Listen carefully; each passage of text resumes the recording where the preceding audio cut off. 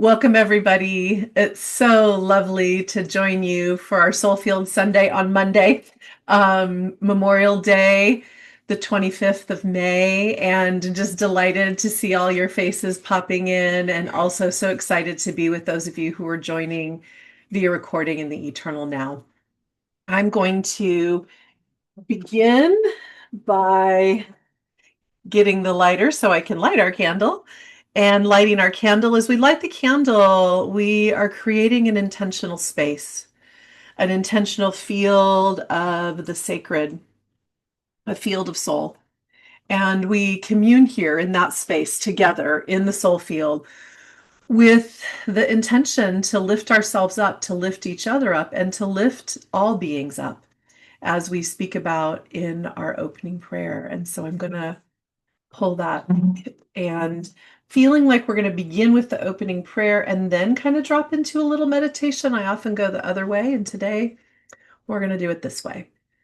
So here we go. Oh, I just blew out the candle. I guess I'll hold it off to the side so my voice doesn't blow out the candle. We come with grateful, reverent, and open hearts to drink from the deep well of our eternal nature. As we dive into the soul field together, we are held within a sacred and holy embrace by the source of all love, light, and grace. In this eternal now, we actively invoke our unique pathways to source and the beings of love light that support our divine evolving. We allow our mind, body, spirit to expand into the holy realms where magic and miracles are commonplace. As we minister to ourselves, we minister to one another and our family humanity. We recognize we are one in the holy wholeness. We allow all we do here today to ripple out through our lives as a living witness of divine grace for the benefit of all our relations. And I invite you to just take a moment as you let that prayer reverberate through, as you affirm it with your presence and attention. Feel the blessing of it, the blessing that has been invoked. Allow yourself to come to your breath like a dear, dear friend that you can return to again and again. Coming into connection there. Noting how that presence brings you more fully into the body temple. And there's a nice cleansing, awakening breath of sacred connection as you land more fully, as you come into this eternal now moment that we have together. Each breath is an entirely new moment. And you allow yourself to be made anew with each breath you take. With intention, you open to the sacred support that's here for you. You feel yourself connecting through that filament of light, your connection that is unbroken, untouched, beyond concept, to the very source of all source, the eternal life wisdom that is yours to access and embody.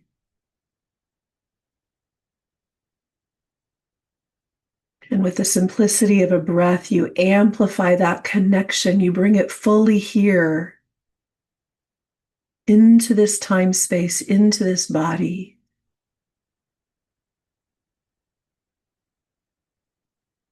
And as you do that, you feel how all your brothers and sisters who are here with you are doing the same.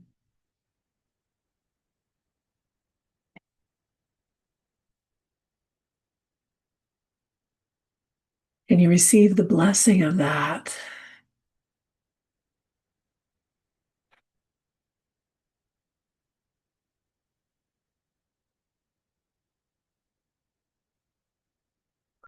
Feel yourself letting go of anything that no longer serves you through the portal to the temple of divine perfection. With the simplicity of your intention, you open that space and you just let it lift off of you. There's no effort required, just the sacred yes. Whatever isn't mine, whatever I need not hold, whatever doesn't serve the highest evolutionary, moment by moment refiguring of this precious being of light that I am. I let it go. I bless it as it goes.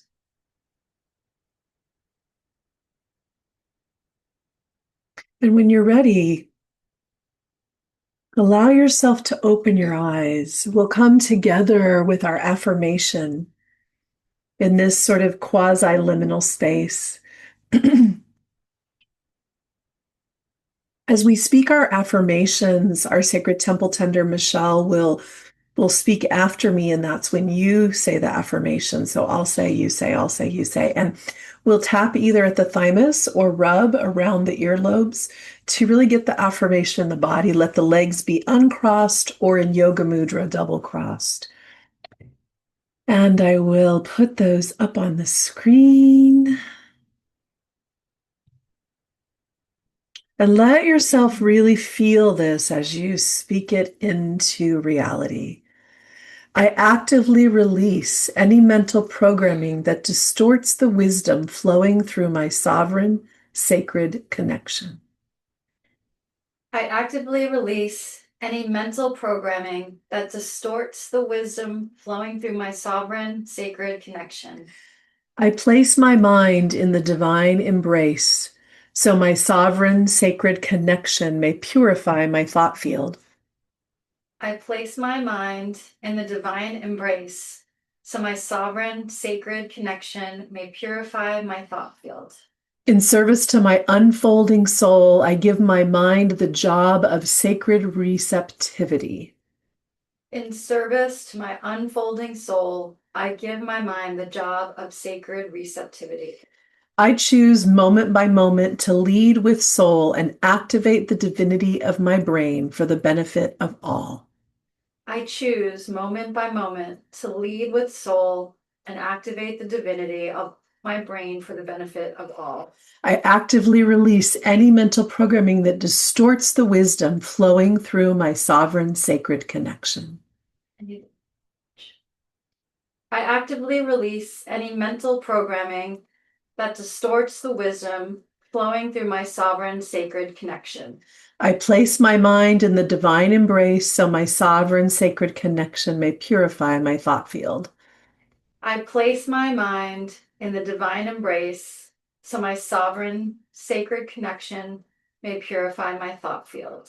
In service to my unfolding soul, I give my mind the job of sacred receptivity. In service to my unfolding soul, I give my mind the job of sacred receptivity. I choose moment by moment to lead with soul and activate the divinity of my brain for the benefit of all. I choose moment by moment to lead with soul and activate the divinity of my brain for the benefit of all. I actively release any mental programming that distorts the wisdom flowing through my sovereign sacred connection. I actively release any mental programming that distorts the wisdom flowing through my sovereign sacred connection. I place my mind in the divine embrace so my sovereign sacred connection may purify my thought field. I place my mind in the divine embrace so my sovereign sacred connection may purify my thought field. In service to my unfolding soul, I give my mind the job of sacred receptivity. In service to my unfolding soul, I give my mind the job of sacred receptivity. I choose moment by moment to lead with soul and activate the divinity of my brain for the benefit of all.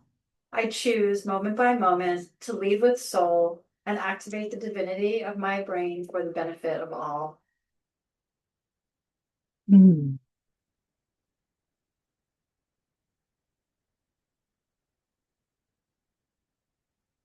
Mm.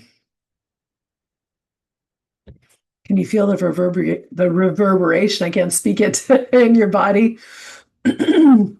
This place that wakes up when we remind ourselves what we're really up to and when we choose. And that's what we're doing when we're speaking the affirmations. We're choosing the pathway that we allow our mind to go. And in this series, we're really talking about how we are purifying our mind through our sacred connection, how we're letting the sacred connection be primary over the cultural programming, over the sort of like cultural way that we've been taught to use mind, and really opening into the divine mind. And this particular series, or excuse me, this particular session, we're going to talk about embracing the void. And we'll speak a little bit about that. But I want to acknowledge before we dive into content today that we're meeting on Memorial Day. It feels really important to take a moment and acknowledge all the ones whose shoulders we stand upon. And those are people in the more collective field, and there are also people in our personal field, are the ones who gave birth to us, the ones who nurtured us, the ones who taught us, the ones who lead us, the ones who inspired us, the ones who nurture us. We stand on so many shoulders to be who we are in this moment. And I'm just going to invite you to feel that, to just feel all of the shoulders you stand upon, the line of ancestors, the wise ones that walked this planet, the ones in the world that, I don't know, make a computer program like Zoom that allows us to be here together in this moment. We stand upon so many shoulders because we are inside of a exquisitely intricate, beautiful web of life. And we often focus on ourselves, which is, our greatest point of power. So it's a good place to focus. But it's also really important to remember that self is not singular. It's a multitudinous web that we are a part of. And here in the soul field, we are in a web together. We're in a web that we're sort of concentrating a teaching around. We're concentrating energy around. And as each of us move in our growth, and we've named this both in our prayer and also in our affirmations, we uplift one another. And so we also stand on each other's shoulders. And so a moment of gratitude for your fellow travelers here.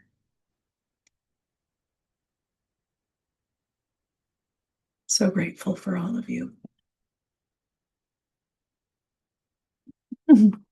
It's been a month since we met last, and I'm just going to bring a little refresher. So we had our overview for this series, and then last time we talked about the peace that surpasses understanding, and really looking at the difference between what our egoic or personality self wants as peace and the peace that is not necessarily logical based upon that mind, but is in the divine logic. And that peace that we can feel even in the midst of something that's utterly chaotic or completely not peaceful, when we're plugged in, when our mind is linked up with the divine mind, no matter what is happening. And today we're talking about what happens, like how do we get to that place in part? And part of how we get to that place is by embracing the void. And I want to speak just for a moment about what I mean about the void. We'll kind of define it just loosely. Um, People think of the void, and it is so, of something that is sort of an absence. There's a nothingness. And in my traditions that I've been taught in, we think of the void as the place where everything exists. It's just been known to be everything is everything. And so it's undifferentiated. It's not like, oh, this is a good thing and this is a not good thing, or this is a black thing and this is a white thing. It's like at the very essence of all the things, it's all just one thing. There's no difference. And so the void is both the place where nothing is yet formed, but it's also the place where everything that could be formed exists. It's the both, as it is with a lot of the mysteries. And so when we're entering into the void, when we're embracing it, we're embracing the place where we allow for it all to be there in a certain kind of a field. And that's a field where we're quieting thought form. And so what do we mean by this? What's needed? This is like allowing for a blank slate in your mind, letting go of preconceived ideas, letting go of the need to know, like I have to know how it's going to be or have it figured out, and really enter into this beautiful prayer of being on a like need to know basis with spirit. And so I often say the prayer for myself, and I invite others too, and some of you may have had this invitation from me to speak the prayer like, let me see, know, hear, understand what is mine, to see, know, hear, and understand. And don't let me see, know, and hear what isn't mine. Because the collective mind is very busy and there's so much out there. And there's so much out there vying for your mental attention. And some of it is relevant and important for you, and much of it is not. And so this is the sense about like really entering into the like need to know. If I need to know, spirit, show me. If I don't, please don't let me get distracted. Right? There's a thing that happens there as we do that is that we begin to have more mental spaciousness.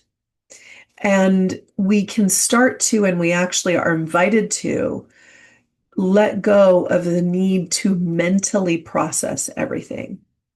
We value that so much in our culture, mental processing of our ideas, our experience. And it's not to say that that is bad or not good. It's just that we way overvalue that. So we've got a very busy mind that thinks it has to run over and through everything that's happened all the time to what? Make sure I'm safe, make sure it goes okay, make sure I don't make that mistake again, da da da da da da da da da da da da da. Let me process it ad nauseum. And we can find this where it's like, I've already understood a thing and I just keep thinking about it. And like I'm going to understand something different if I keep processing it mentally. No. And so in the overvaluing of that, we undervalue other ways to process.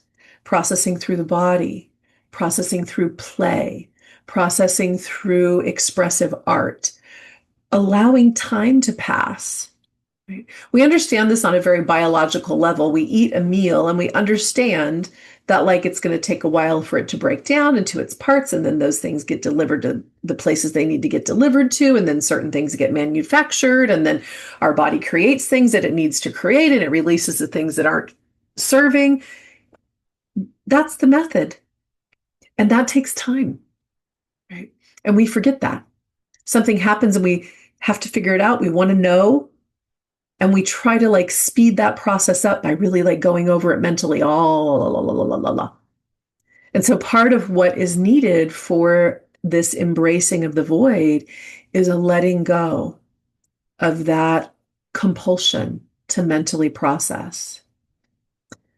Another piece of how we start to embrace the void is we allow receptivity to the sacred weave. So you notice today, perhaps, that I spoke about our interconnectedness. And not only are we connected as beings to a sacred weave and a sacred web, But all of the things we encounter, all of the things we experience, all the things in the outer world, all the things in the inner world are part of this sacred weave. Sometimes we have the privilege to see it, like we have a moment where we have a capacity to go like, oh, that thing over there is totally connected to that thing over there. And if that didn't happen, that couldn't have happened. And like, whoa, look at the magic of that. But that magical thing is always happening. And so part of what happens is we intend to see that. We intend to recognize that life is happening for me in this beautiful flow. Let me be in the opening to that. Let me be in the seeing of that. Let me actually, by my sacred presence, act as the co-creator that I am and activate that. Let me be an active participant in that sacred weave. There's like these places when we are talking about letting the mind enter into the void that support that. Almost, we could almost say are like prerequisites for this space where the mind enters into the space of the sacred void. One of those things we talked about, and it's probably going to be a prerequisite for all the things we talk about this series in the context of sublimated mind. This is time spent communing, deepening, entering into relationship with the sacred soul field and letting yourself feel, because that helps us remember. And when we remember, we can let go of those sort of cultural imperatives and those mental grips. Right? Another requisite is to choose a stance of curiosity. So when we talk about that space of the void, if all things exist and nothing is yet formed, we get to be in the curiosity about what's happening when something shows up in our world. What's occurring? What does this want from me? And not in the like, what's occurring? What is it? Not that way, but in the like playful, delightful, like, oh, I wonder what's trying to happen here kind of space. The hands open, maybe not a giant grin, but maybe there's a little just slight upturn of the lips because like you're in on a secret. You're in on the sacred secret that something magical is going down and you just don't see it yet. And so you have like a subtle little upturn of the lip, even if it's an inner smile, you know, even when it's a really hard thing happening, when we've activated this knowing, this sacred trust, this registering of the web, we can be really curious because we know something beautiful is coming out of this. We just don't know when or how, what it's going to look like on the journey, but we can know it. And that knowing is part of that, like, huh, okay, how's this going to unfold? And what I'm speaking about as well, you can see in the tone and in the way I'm speaking about it, is that there's a certain reverence. There's a certain understanding that everything is sacred. And so we come with a reverence that knows that. When we do that, we are in the space that allows for us to more fully surrender and to be in the gratitude, even if we don't yet know what we're grateful for, to be in the gratitude that something beautiful is unfolding, to be in the acknowledgement that we are attended and taken care of. These things, reverence, surrender, gratitude, acknowledgement, these are key pieces that sublimate, that purify the cultural mind. And the final and most important thing, and it relates to all of these, is that we're centering soul, that we are literally coming into the embodiment of our soul light with intention, day to day, moment to moment, which requires practice, which requires a stance of curiosity, which requires all of these things. But it's that we are living light. And so in our last series where we began really touching in on this concept of the filament, our sacred connection beyond conceptualization of God, goddess, just the purity of that eternal light, right? We started to bring in the energy of like, how do we live that? How do we live from that place? And in this series, we're understanding that we live from that place in part, first by letting the mind be purified by that sacred connection. And to do that, we enter into a place where there's space, where things aren't yet formed, where perhaps we know nothing except that something beautiful is going to arise because we're engaging from that place of our sacred center. I'm going to take a minute and pause the recording. I'm going to invite those of you who are watching in the eternal now to just reflect on the question I'm going to ask, and then we'll be back with you. And so, where in your life, where are the places where it's really challenging for you to be in the void, to be in the I don't know, to be in the it's not yet formed? And where are the places where you actually have delight around that, where you're like in the delight of the discovery? And maybe you can just pick, focus on one of those sides, or you can look at both sides. Where is it challenging? Where is it delightful for you?